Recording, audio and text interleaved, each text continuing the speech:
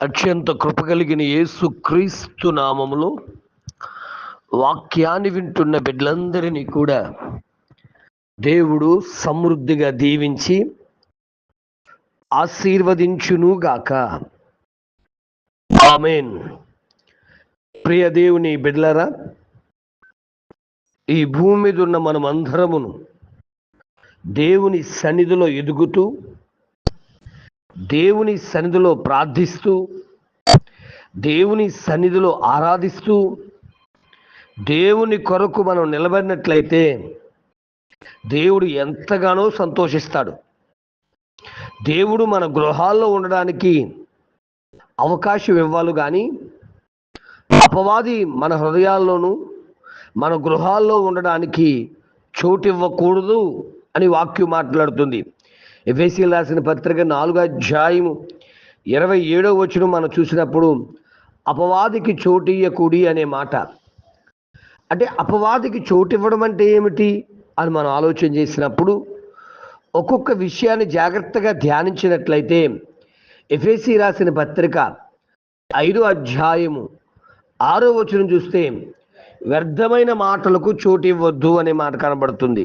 అనగా విస్తారమైన మాటల్లో దోషముండక మానదు అనే మాట ప్రకారం విస్తారంగా ఒక వ్యక్తితో ఎవరితోనైనా మాట్లాడుతున్నామంటే మనం అపవాదికి అవకాశం ఇచ్చినట్లయితే, ఒక అమ్మాయితో ఎక్కువగా మాట్లాడుతున్నారంటే, అదేవిధంగా అబ్బాయితో ఎక్కువగా మాట్లాడుతున్నారంటే వారి రిలేషన్స్ కొన్నిసార్లు జాగ్రత్తగా ఆలోచించవలసి వస్తూ ఉంటుంది.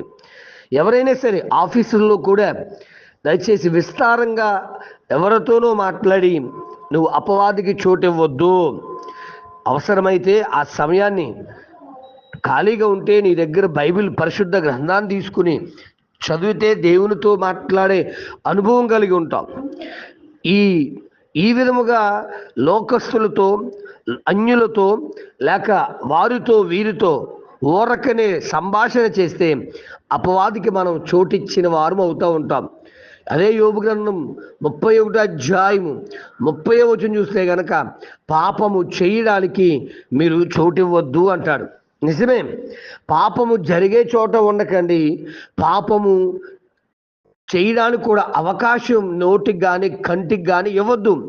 119వ దావీదు కీర్తన 38వ చూసినప్పుడు దావీదు భక్తులు అడుగుతున్న మాట, అయ్యా వ్యర్థమైన దాన్ని చూడకుండా నా కళ్ళు త్రిప్పేనైనా అంటున్నాడు. అనగా వ్యర్థమైనవి చూడకుండా నీ కళ్ళు కూడా అవకాశం ఇవ్వద్దు.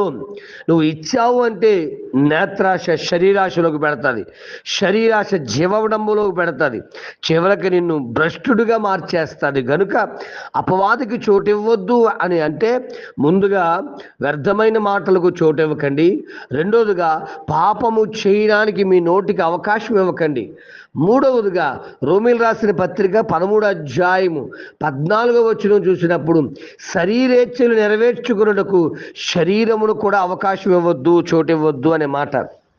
నిజమే, శరీర కార్యాలు స్పష్టమైనవి అని చెప్పి మరి చాలా కార్యాలు రాయబడ్డ గలతీ పత్రిక 5:18 చదివితే గనక కోపం కానీ, పాపం కానీ, జారత్వం కానీ, వ్యభిచారం కానీ, దొంగతనం, మత్సరము, అసూయ, మత్తతులు ఇవన్నీ కూడా శరీర కార్యాలే. ఇవి దయచేసి మనకు కొన్నిసార్లు మొదటగా పాపము కాదు అన్నట్టుగా ఉంటాయి, కానీ అవి భయంకరమైన పాపం, మన జీవితాన్ని పాడు చేస్తూ ఉంటాయి. కాబట్టి చోటు ఇవ్వద్దు సాతానుకు అంటే అర్థం శరీరేచ్ఛలకు చోటు ఇవ్వకూడదు. ఇక చూస్తే దయచేసి 1 తిమోతి పత్రిక 5:14 చూసినప్పుడు నిన్ను పగవారు నిందించడం కూడా చోటు ఇవ్వకూడదు. అనగా దయచేసి నీ పగవాడు కూడా నేను చూస్తే అమ్మో వీళ్ళ పరిశుద్ధులు అనేటట్టుగా ఉండాలి తప్ప వారు ఎప్పుడు మళ్ళీ విమర్శించడానికి ప్రయత్నిస్తారు. కనుక దయచేసి వారికి కూడా అవకాశం ఇవ్వకుండా నువ్వు నిలబడగలిగితే దయచేసి నీ దగ్గరికి సాతాను ఏమీ చెయ్యలేడు, రాలేడు. ఒకవేళ వచ్చిన సిగ్గుతో తల ఉంచుకు వెళ్ళిపోతుంటాడు. అంతేగాని నీ నోటికో, నీ కంటికో, నీ శరీరానికో, లేకపోతే ఇహలోక భోగాల నిమిత్తం ఎన్నెన్నో శరీరేచ్ఛలు కొరకు ఆశపడుతూ ఉంటే దయచేసి దేవుని వాక్యం మాట్లాడుతుంది, దేవుని బిడ్డలారా అపవాదికి చోటిచ్చిన వారు అనేక మంది ఇబ్బందులు పాలయ్యారు. చూడండి, యుద్ధానికి బయలుదేరవలసిన కాలంలో దావీదు ఇంటి దగ్గరే ఉండిపోయి మేడగదులు అటు ఇటు తిరిగి కిందకు చూసి ఏం పడ్డాడు మీకు తెలుసు. సాతానుకు చోటిచ్చి జీవితమే పాడు చేసుకున్నారు. బిడ్డ, ఈరోజు నీవెలాగున్నావు ఒక్క నిమిషం ఆలోచించు. సమయానికి ప్రార్థనకి వెళ్ళకుండా ఇంటికాడ కూర్చుంటే టీవీలో ఏదో ప్రోగ్రామ్ అట్రాక్ట్ చేసి అక్కడే ఫిక్స్ చేస్తే చాలా టైం అయిపోయింది వెళ్ళకపోయానని ఫీలింగ్ వస్తుంది. బిడ్డ, ఆలోచించు. సమయాన్ని దేవునికి ఇవ్వకపోయినా నువ్వు సాతానికి చోటిచ్చినట్టే. అలా సాతానికి చోటు ఇవ్వక దేవునికి, దేవుని సన్నిధికి, దేవుని ఆరాధించడానికి చోటిచ్చి దైవ ఆశీర్వాదాలు పొందుకున్నకు దేవుడు కృపను అనుగ్రహించును గాక. ఆమేన్. పరమ తండ్రి, నీకు వందనాలయ్యా. అపవాదికి చోటివ్వద్దు అన్న ఈ వాక్య ప్రకారం మా నోటి ద్వారా, మా కార్యముల ద్వారా, మా కళ్ళు ద్వారా, మా శరీరేచ్ఛల ద్వారా అయ్యా దేని ద్వారా కూడా వాటికి చోటివ్వక అయ్యా మా సన్నిధిలో, మా కుటుంబాల్లో, మా గృహాల్లో, మా మందిరాల్లో నీకే చోటిస్తూ మీరిచ్చే ఆశీర్వాదాలు, దీవెన, రక్షణ, అభిషేకం పొందుకునే జ్ఞానం మా అందరికీ దయచేసి నడిపించు, బలపరచు, వర్ధలింప చేయమని యేసు నామమున అడుగుచున్నాను తండ్రి. ఆమేన్. ప్రార్థనా స్తుతి కొరకు నా సెల్ నంబర్ 9866958571. ప్రభు కృప మీకు తోడుగా ఉండును గాక. ఆమేన్.